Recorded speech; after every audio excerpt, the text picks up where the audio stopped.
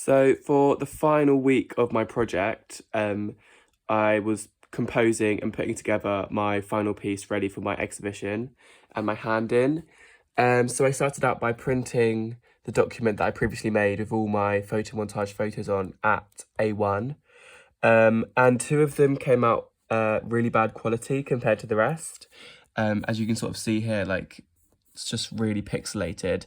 So I had to reprint those two and then they came out fine. And this is the sort of like detail. So this is a very small section of an A1 sheet, obviously, of the detail that you can see. And I really enjoy it because I'm quite impressed because even though I only took it on my iPhone, there's still a lot of detail.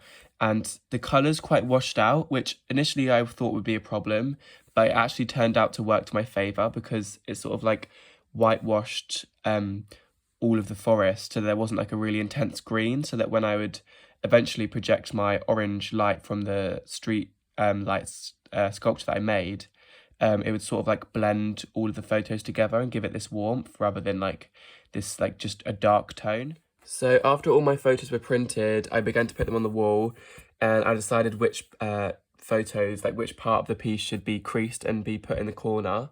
And then I just began to sort of like piece them together where they'd fit. And this was like the sort of final composition. There was meant to be a photo there to fill that gap, but I felt it sort of made it too busy on this side rather than this side, so I changed that.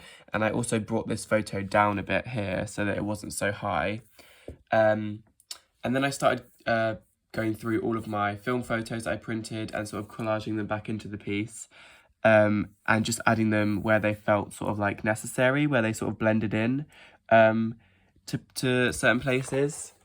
And here are like the details, so like the forest, and then I ended up deciding to use photos of the lamppost and the alleyway, but not prominently. Most of it is like part of the forest, so like here and like all of these, and this is from the alleyway.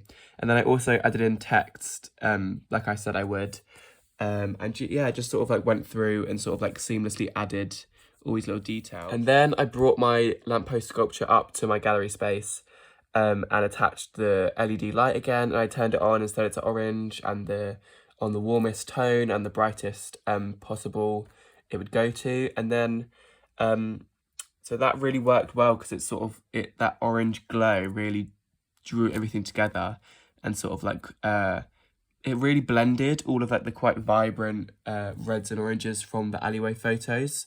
So I really enjoyed that. And then I projected my video onto the little white paper from on the photo, and this worked really well. It was a bit of problem solving I had to do to figure out how to work it, because initially the plinth I'd used was really tall, because I thought that the projector would have to be right in front of it, but I ended up angling it at a way where it would sit lower down so it wouldn't block any of the bottom of the piece.